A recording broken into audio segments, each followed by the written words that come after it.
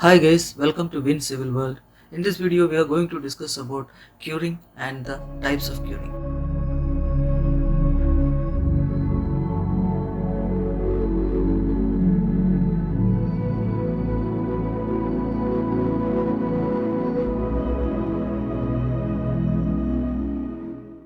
Curing of concrete is one of the most important activities for ensuring the quality of concrete in construction sites. This video is about the significance of curing, popular curing methods, and a brief description about membrane curing and steam curing methods. What is curing? Curing is the process that helps in maintaining moisture and temperature in fresh concrete. Curing helps in attaining the desired strength in a planned manner through a hydration reaction. Why curing is required? Concrete is produced by mixing aggregate sand and cement with water and admixture in fixed, designed proportions.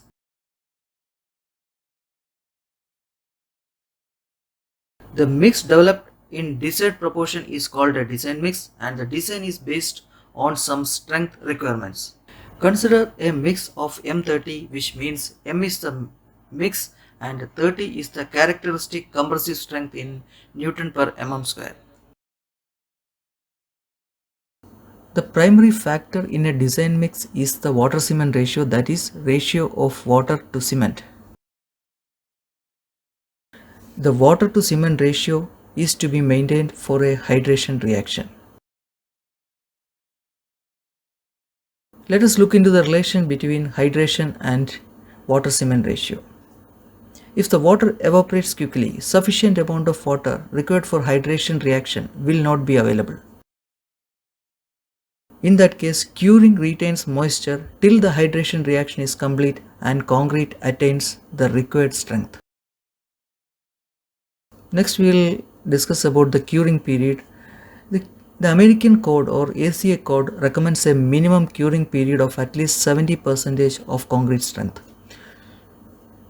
The concrete attains 70% strength in 7 to 10 days. That is why IS Code and industrial practices recommend a curing period of 7 days to 10 days where concrete attains 70% strength. What are the advantages of curing?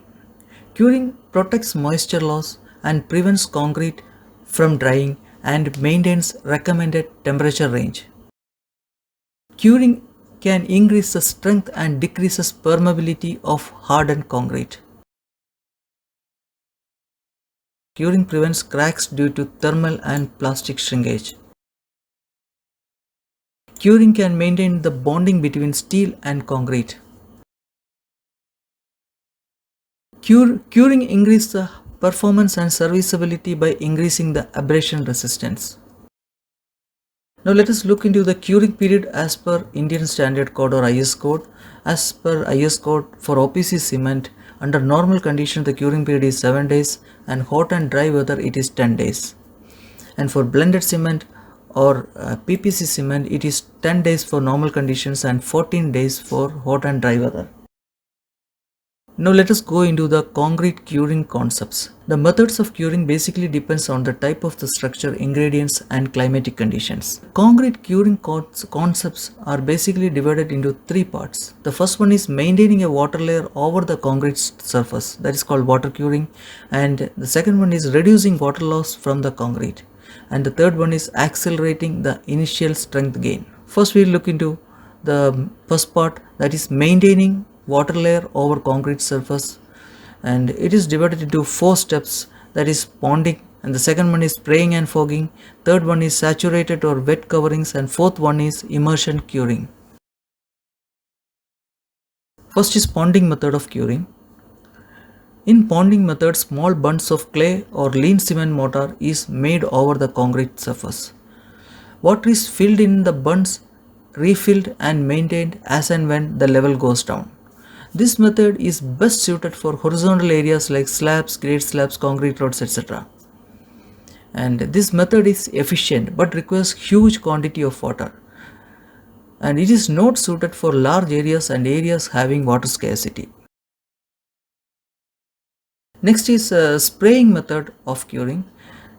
Spraying method means it is simply spraying water over the concrete surface. This is a very effective method and is used for horizontal as well as vertical surface. The main problem with this method is that it tends to waste a lot of water. The next is the fogging method. Fogging is done by spraying a fine mist of water regularly over the concrete surface. Fogging is applicable in areas where the temperature is above the freezing point and with low humidity. This process raises the humidity of concrete and is very effective in reducing plastic shrinkage cracks. Next method is saturated or wet coverings. In this method, exposed concrete is covered with water-soaked or saturated coverings like Hessian cloth, gunny bags, cotton mats, fabrics, etc. And these coverings are periodically wetted. They are used for vertical and horizontal surface. Next is immersion curing. In this method, the concrete components are immersed in water, and this method is used for concrete specimens like cubes and precast elements. And coming to the next concept, that is reducing water loss from the concrete. In this method reduces moisture loss by wrapping concrete with an impermeable membrane or plastic sheets. Two methods are popularly used. The first one is membrane curing and the second one is placing impervious or plastic sheets over wet concrete.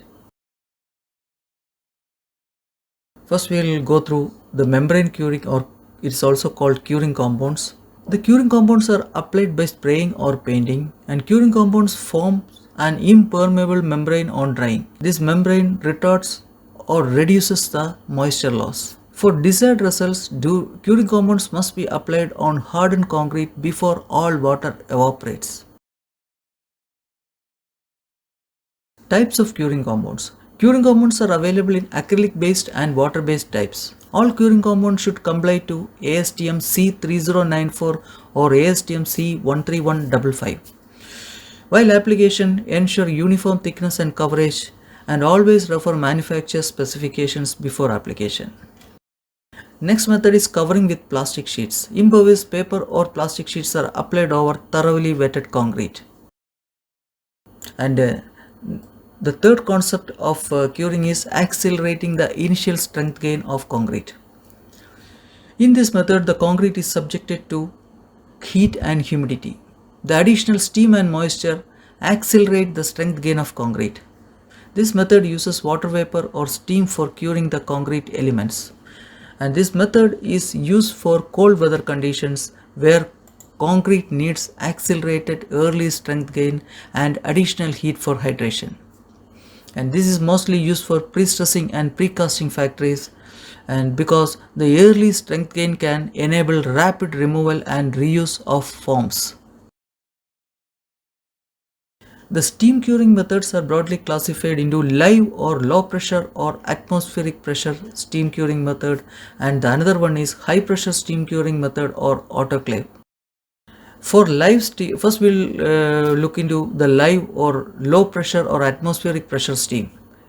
In this method, the steam temperature should be kept below 140 degree Fahrenheit and steam pressure should be around atmospheric pressure. And this has to be maintained till the concrete attains the design strength. By maintaining an optimum temperature, 28 days strength of water cured concrete shall be achieved in 3 days using this method of steam curing. Next, coming to the next method, that is high pressure steam curing. This method is carried out in a closed chamber at high temperature and high pressure, and this process is known as autoclaving.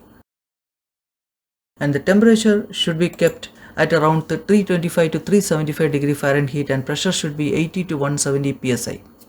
This method is commonly used in manufacturing precast components, cellular concrete products, cellular blocks, precast panels, autoclaved aerated concrete blocks, etc. And the main advantage of high pressure curing system is that a high pressure steam curing system is the capability of attaining 28 days strength of normally cured concrete in 24 hours. The high pressure steam cured concrete got less creep and shrinkage and better sulfate resistance.